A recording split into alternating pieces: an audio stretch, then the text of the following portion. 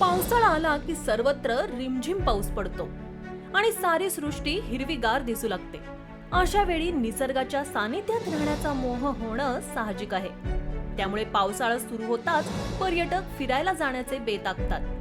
गड, किल्ले, धबधबे, घाट आणि धरणाच्या परिसरात फिरण्याचा मनसोक्त आनंद लुटतात.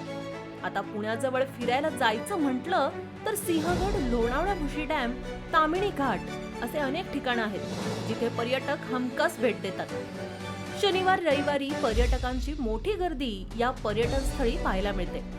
तुम्हीही या वीकेंडला तामिणी घाटामध्ये फिरायला जाण्याचा बेत आखत असाल तर हा व्हिडिओ एकदा नक्की बघा.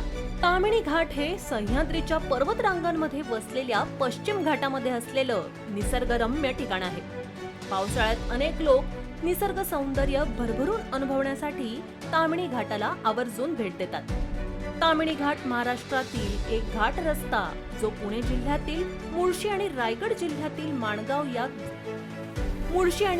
जिल्ह्यातील माणगाव या गावांना जोडतो.